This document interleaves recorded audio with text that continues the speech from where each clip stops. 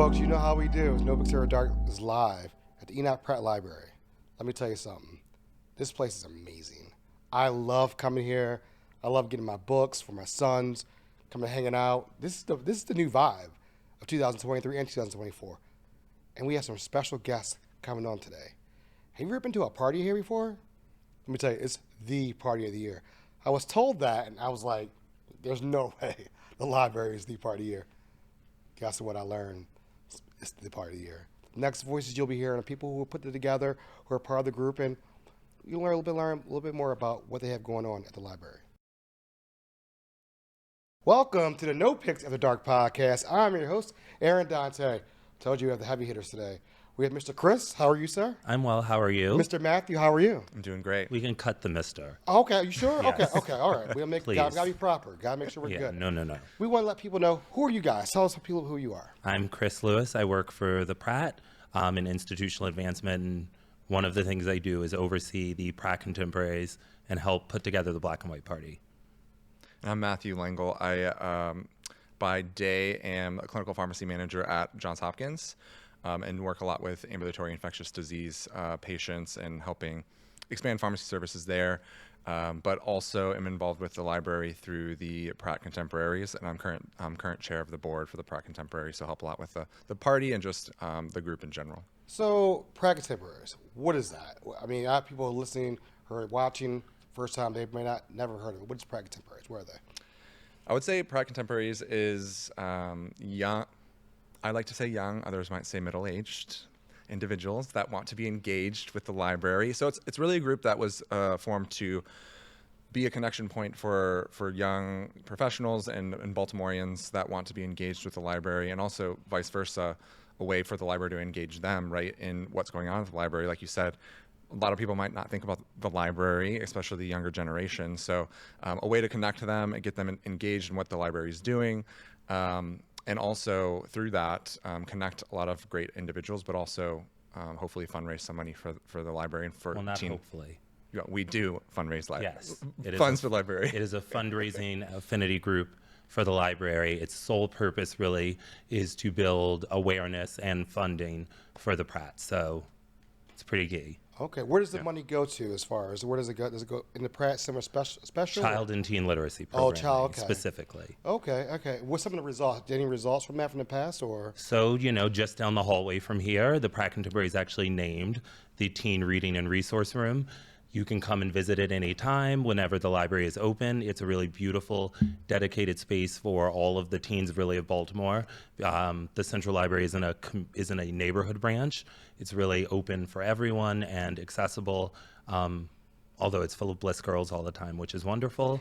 And as well as Operation Warm, which is a wonderful program where we give out coats. We have a great program starting next month called, next month. This comes out in December. Yes, December. In January, called Med Reimagined, which is really to train a new generation of medical professionals and really encourage Black and brown students to go into those fields. And so all the work that the library does to really ensure we have a better and more equitable Baltimore is what the Contemporaries support.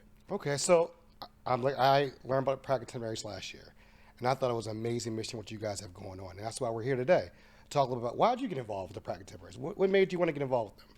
Yeah, I mean, I initially found out about the group through a colleague of mine and started going to some of the events they had throughout the year, and likewise was engaged with learning more about the library and realizing how awesome a branch of library we have here in Baltimore and Maryland. So just learning about the impact the library was making, and also being able to connect with people through the group really connected me and engaged me with the group, and just started slowly getting more involved with the events, trying to go to some of the committee meetings, and then ended up being on the board. So it's been a cool journey, just kind of growing in my understanding of all the great things that the library does. And I think it really is important to have this group and for the library to engage with younger individuals, because I think it is something that's lost in the perception of people's minds, that like millennials and younger generation of the library, it's different now, right? It's not, the physical space is super important, but the library has, I think, expanded its mission beyond just it's a place you go for books. They have a lot more different programming and things that they're doing for the community and connecting different organizations in Baltimore. So I think it's been a really cool learning experience for me throughout the process. I think one of the great things about the Contemporaries that I remember someone telling me when I first started is that you think about the library when you are a kid and then when you have kids, but there's this whole period of your life where you might not necessarily be thinking about the importance of a library, particularly in a city like Baltimore. And so the Contemporaries gives folks an access point to get to know what the library does, as Matthew was saying, all the while getting to have a fun time at events like the Black and White Party, but then all the things we do throughout the year also.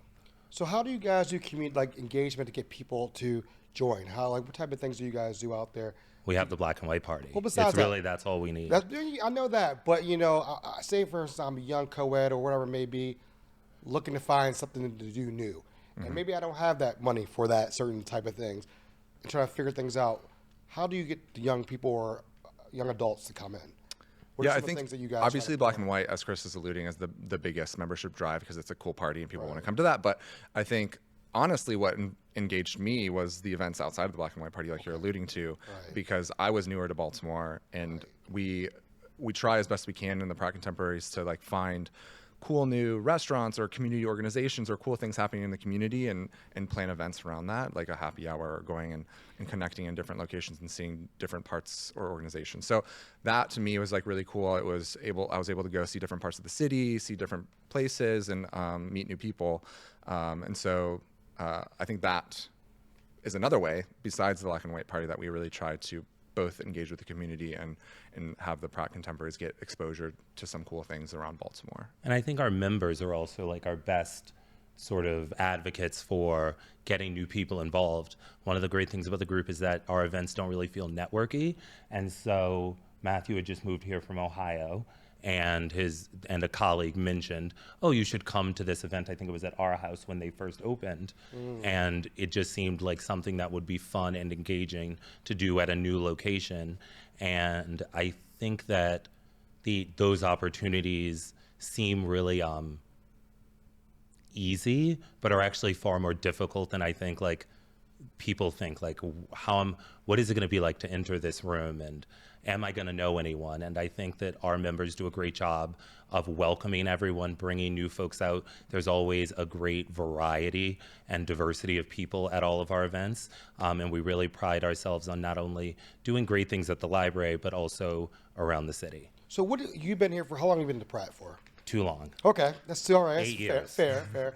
And did you start off working with the Pratt Contemporaries? Yeah. All right. So what made you jump into that arena and work with the Pratt Contemporaries? And then what have you seen since you've been here 8 years ago to now? What's the big difference you've seen changed? Well, it was in my job description that I had to work with the Pratt Contemporaries, but it's also been one of the great sort of privileges and the fun experiences of working here. I've met wonderful people throughout it and made great friendships. I would say the major change I've seen is it's just grown. I mean, when I started, one of my first events was in this room where we're sitting right now. It was called Eat, Drink, Read with Brendan Dorr. And as we've seen the group grow, that when we have events in this room, we can't always contain them. In fact, we're having about 75 people in this room. That's over capacity, but we won't really talk about that. And this comes out after the event's already happened, so who cares? And it's really grown that we need to expand and go to different places, go to different spaces within the library, as also, by the way, have the people and partners we work with. Brendan now owns Dutch Courage, which has been a great partner to the Pratt Contemporaries and the Pratt Library overall. And so I really have seen partners grow, but also the group grow in both size and impact of the library. Okay.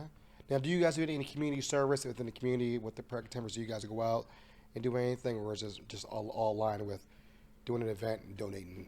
How does that work out? Do you guys do anything like that? Community service is not always top of mind for the Contemporaries. They're a social group. They like to have a good time.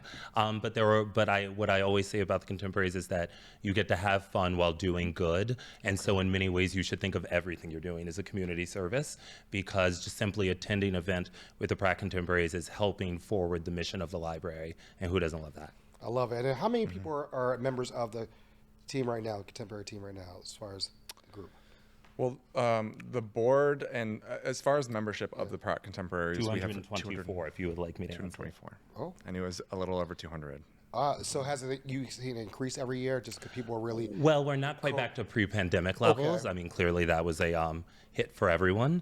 But that is, I mean, that's a really large number for any affinity group. And it's something that we are seeing steadily increase, particularly with the return of the Black and White Party last year to the Central Library. And we're only building on that excitement as we move forward. Folks, we're going to talk about this party. We had to get the nuts and bolts taken care of first. But let's talk about the party when we get back at these messages. All right, cool. I was paying too much for resources. But now I'm going places with my Enoch Pratt Free Library card. Serious side effects like knowledge, access, and literacy have happened. A Pratt Library card may lower your risk of boredom, loneliness, or ignorance. Get help right away if you need a book or any other resource. Common side effects of a library card include more money in your wallet, curiosity, and independence. In the event of unexplained joy, see your library staff member right away. My journey started here, and yours can too, at the Enoch Pratt Free Library. You're live, bud. And folks, we are back talking about these amazing people about the Pratt Contemporaries and talking about the amazing party that's coming up. That's happening when this episode comes out, probably a month later. So I'm very excited to talk about this. So, the party. How long has the party been in existence for? How long has it been? This is the 14th one. Okay. And you mentioned a little bit earlier in our conversation, it just came back to the Pratt Central Library. Yes. What happened? What was going on? Some kind Well, that little thing called COVID. Okay. If you remember her. Remember that. And then we were off-site for a year because we wanted to be at a venue that allowed for some outdoor space. That weekend happened to be the rainiest weekend I've ever experienced in the state of Maryland. Mm-hmm. So our little outdoor garden party became an indoor party, but sadly not indoor at the Pratt Library. So we had a party in May, which was an anomaly for us because in the history of the Black and White Party, it's always been in January. It's sort of part of its appeal is this reprieve from the dreary winter. And we felt really passionately about the fact that we wanted to get back to January. And the only way to do that was as if we took the leap and just planned a party 6 months basically later than the one we'd already had. Okay. And so last year's Jekyll and Hyde party returned to the Central Library for the first time since January 2020, which is crazy to think about. And before COVID, there was the renovations happening at the library. So there were a few years that I think right before COVID was the first year we were back at the library, like finally. Mm-hmm. And we did like Welcome Back to the Library. There's no place like home. Yes. Wizard of Oz. Which was kind of sad. Shut down. That we like all of a sudden got shut down right after. But the beautiful renovations of the library are still great to see at the party. So excited to get back here. So how far in advance do you guys start planning for this party? Like, I mean, because when I went last year, I mean, shout out to the marketing communications VP. She's in the room right now. She was telling me, this is the party you got to be at, Aaron. And Was I'm that like, your first one? My first one. And I was blown away. It was a good one. It was my favorite party aesthetic. I wasn't ready. Like, I wasn't ready for the whole thing. Like, I walked and I'm like, oh, wow. And just seeing people so happy. People are like, we're so happy it's back here. It was just a really lovely just atmosphere. Tell us what goes behind the scenes. Tell us a little sneak peek behind how long it took you guys to plan this whole thing out.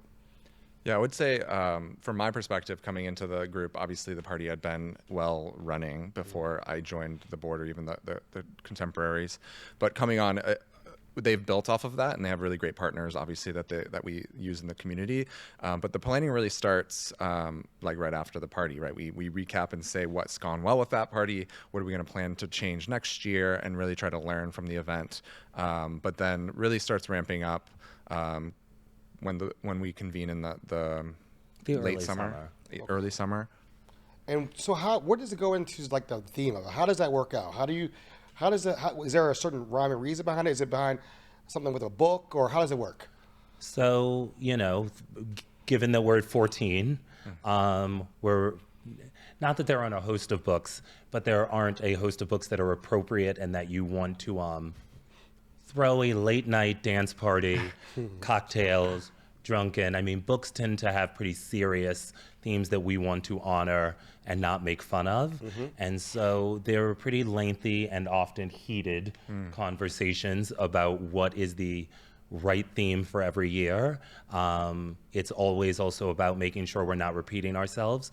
We have amazing event planners, Union 3 Events, who've been with the party since the beginning, who outdo themselves every single year and don't necessarily also want to repeat things aesthetically, nor do we. And so, you know, we're also responding to whatever we've done before, be that theme, color, food, decor, all of those things. And so every year is sort of a reaction to the past, I'd say, all parties. I've argued we could maybe start going back. It's like, well, we did that 8 years ago. I'm like, guys, come on. I think we're getting a little too inside baseball, but it does push us to do great work, which is ultimately why you have such wonderful results. So what's the theme this year? Theme this year is New Orleans Mon Amour. Okay. So it's really, this is again like the heated debate that we have, right? Like there's always a debate about having a literary theme, but also making it fun and making it like a great party, right? So I think there was excitement for this theme, New Orleans, and how do we make sure that there's a book that's called New Orleans Mon Amour. Okay. Probably not as well known as some people would like right? Some people want a really well known book, but I think what we liked about it was the book tells about a 20-year history of New Orleans as a city, and we really wanted to pay homage to the literary giants from the city, and really, so we're talking about more than just this one book, right? Anne Rice, Capote. So we're going to kind of pay homage to all of those great authors from that town, and also be able to celebrate the great culture and have a lot of the great things people love from New Orleans as part of the party. When I saw the name, when I saw the New Orleans theme, I said, "Oh, charboiled oysters." First thing, because charboiled oysters, first thing, gumbo, jambalaya, everything's fried. You know, I'm more with you. That's My what I excitement think. went right to how fun it is to have a theme that speaks to food, Yes. which we haven't had really since we did Hemingway's Havana. Okay, is that going to be part of the theme? You don't have to tell secrets, but.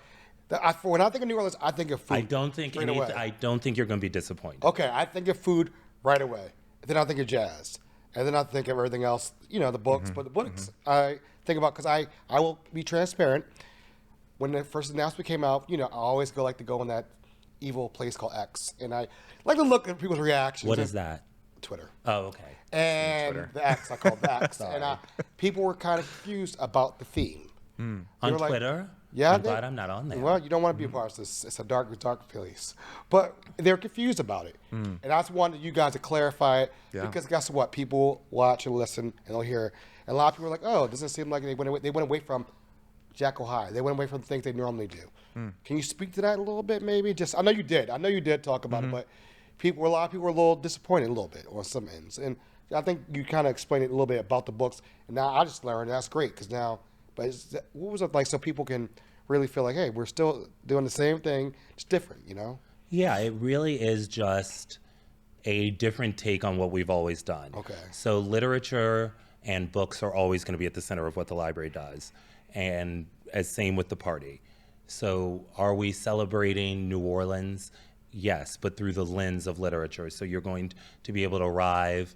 Although I don't necessarily want to spoil anything. We're not going to spoil We've got little things that we are going to make happen that will feel very magical and literary, and also honor authors like Tennessee Williams, Truman Capote, Sarah Broom, Anne Rice, and a host of others, while also being a really fun, amazing party that transforms this beautiful building into something that you wouldn't expect in the middle of January. So it's still going to be the party everyone loves. Is it still black and white, or we're not thinking New Orleans? It is always black and white. We're not thinking New Orleans. I'm thinking colors here, fellas. Come out, think about colors. I'm thinking like the... Well, the same.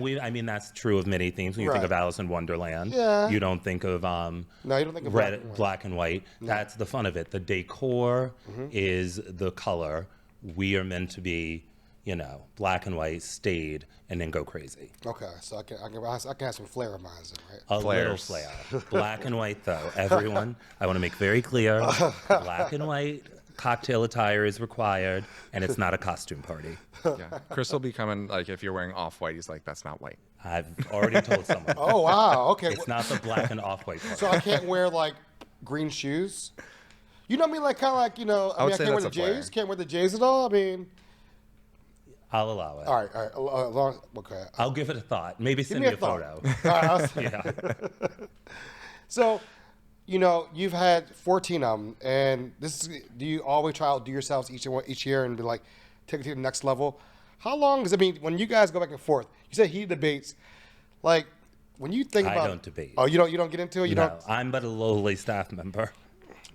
When you guys He do adds to talk the debate, about don't worry. and take it to the next level, like where's some of the discussions like with people? Take us behind the curtain a little bit about this party, just so like when it's coming out. So give a little teaser. Give us a little teaser. Yeah, I mean, the debate on picking the theme. and then everything else. Like just there were some other themes they threw out. Can you tell us a little bit about? I mean, we've talked about around the world in 80 days for many, many years. That's one that always sort of comes back, circles back. We may do it one That's day. fun. But we've had really heated debates about, how do we make that come to life? Is it too expensive? The idea of transforming each space into a different place that you ventured. Wow. How does that look like? Is it cultural tourism or cultural exploitation? And so there are times where we have very heady, elite debates like that about, is this the best look for the library? And that's something that's always very important to us. Something that, as you mentioned, our friend in the room, Megan, takes very seriously, as she should. We don't want nobody coming to the party and taking photos that the library does not sanction and enjoy. On the other hand, we've also gotten to the nitty gritty of, I simply do not like this cocktail. And that will go on for about 45 minutes. So, or we need water on the bars to help my hangovers. So it really, high-low in terms of debating. And I will tell you guys, again, and like I said at the beginning, it is the best party. I'm going to say the state of Maryland. The best party. I agree. And, I've been to parties in New York. It rivals parties in New York and Miami. It's just cold outside, a little bit different. But I love coming here because it was just an experience. And What was your favorite thing about the party last year? Just the ambiance, man. Just seeing people so happy to take pictures of a bookshelves and smiling in front of bookshelves, doing like catwalks down the bookshelf, like doing a book down the wall. I'm like, that is so cool. Like, where else in the world can you do this and have fun in a library? Like, and you said something really important. You said most people go when they're young and when they have kids. That was me. And then all of a sudden, I found my way back here, and it's like, wow, like this is why I wasn't here in the 20s. I know where I was at, but we're not gonna talk about that. But again, I now look back like I wish I had been part of the membership of the team of that. And that's why I think this is a very important conversation to have, so people will know how important you guys give back and how it's the most amazing party to be at. And I love being here. So I'm always thankful. And I was told by somebody in the room, you got to wear black and white, Aaron. And I stuck by the rules. I won't ask you to leave, but I have seen people truly shamed into going home and changing by the other guests. Okay. So you really do want to wear black and white. All right. And my personal note is it not a costume? Yes. Got you. I got you. So tell people a little bit about the membership, the prices. How do you become a member? Can they Venmo you? Can they Apple Pay it? Give us a little behind how much it costs and whatnot. They can Venmo me, but I don't. It won't get back to the library, so don't. No, I mean, the best way to get tickets is really to be a member of the Pratt Contemporaries. I think, like we were talking about, that's the best way to get access to all these cool events that we're doing throughout the year, and then also guarantees your ticket to the black and white party. So we have different leveled memberships that you can join. The one that you get guaranteed access to a ticket for is the $250 level, which essentially covers the price of a ticket, and then a little bit more. And again, all of these fees or memberships goes back to this great cause as well. So it's also Fully tax deductible. Oh, good. Say that one more time. It is a charitable donation to the library, your membership with the Pratt Contemporaries. So now's a great time to join as you think about your taxes. Ooh, it's the end of the year too, folks. $250, you write that off. Yeah. That's a good thing. The $250 gives you access though to the general admission ticket. So what if I have a partner and I'm like, I can't go solo? How does that work? So it also guarantees you access to purchase your companion ticket. Okay, good. So basically, you join at $250. You've gotten a tax donation. You've guaranteed yourself a complimentary general ticket, and also the ability to purchase an additional ticket at the member discount price of $125. And what comes with the general ticket? What comes when you get here? at the party, what comes to that $250? People always want to know. Dinner, so really food for the entire evening, dancing, DJ access, 3 specialty cocktails, beer, wine, and really, I mean, we take care of our guests. One of the things I would say we pride ourselves on is really our attention to detail about the guest experience.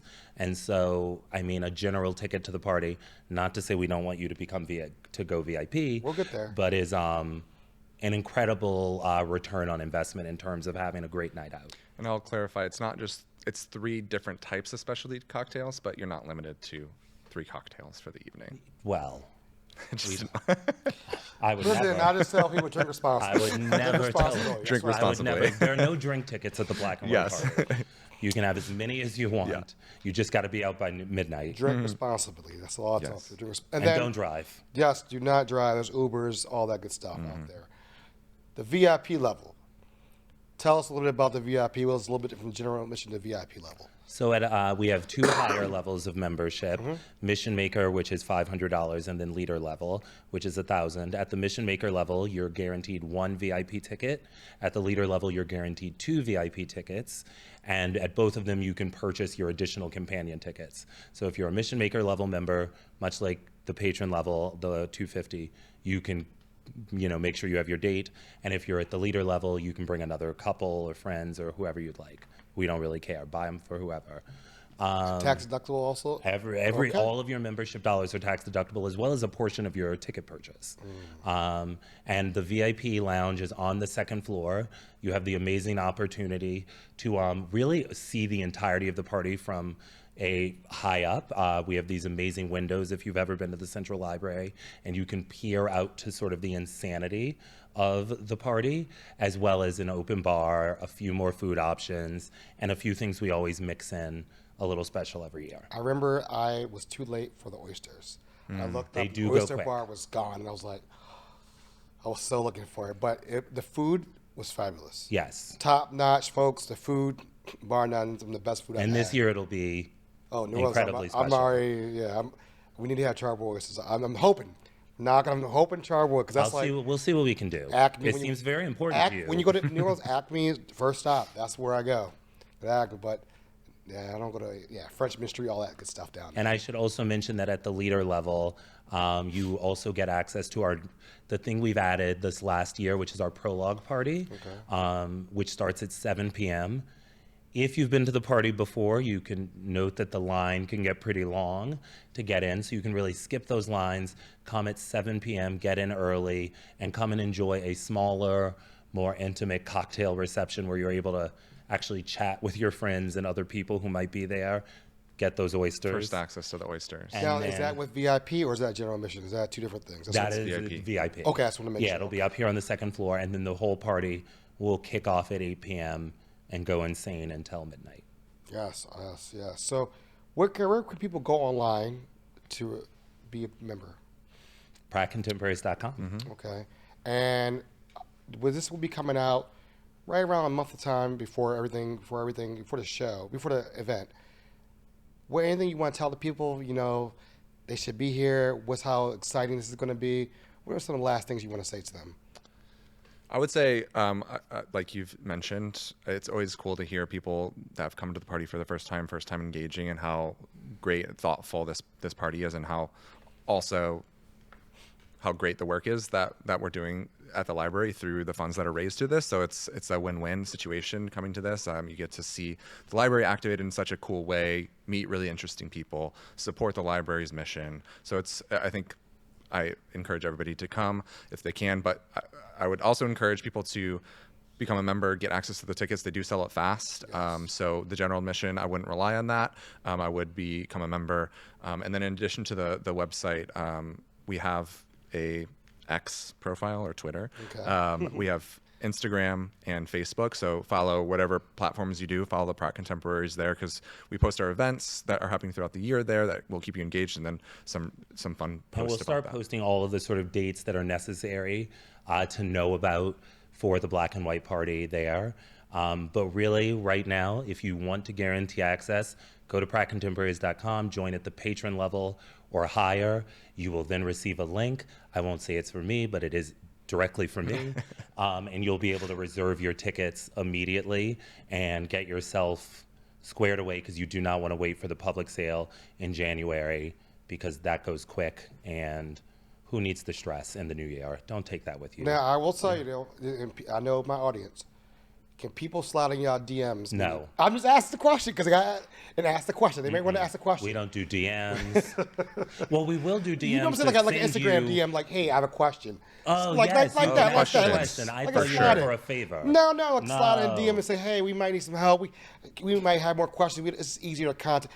Can they do that also? Yes. Because I feel like it's people a lot of Oh, no. different. All those places he mentioned, you can DM us. Okay, that's what I would But make not sure. with favors, No, with no. legitimate questions. No, I will tell you, I went to an event the other night, and I told 20 different people about this event. And they're like, That's great. Thank you so much. Because I believe in what you guys, I believe in the mission. I believe what you're doing, and it's a hell of a party. And when I tell people on the show it's a real party, they're like, damn, if you going, because I don't like going I don't like going to a lot of places. But this one, What are you looking forward to most? the people. It's the people. It's a good conversation, just having there talking with people who you might not ever be in the room with, and just talking about them, and just learning and understanding, and the food. Drinks come last. Drinks are always there, but the food, I need to get my oysters this year. I was mad. I was salty, literally salty about it, but I will put you some to the side. my guy, I appreciate you. Thank you guys for your time. I appreciate. Again, what is the date? Again, they're going on sale December 3rd So it'll be out- for members, Okay. and that'll be rolling through the month of December. Okay. So it's not too late to join if you're listening to this right now. Do it. Join at the patron, mission maker, or leader level, and you'll be guaranteed the tickets that come with those.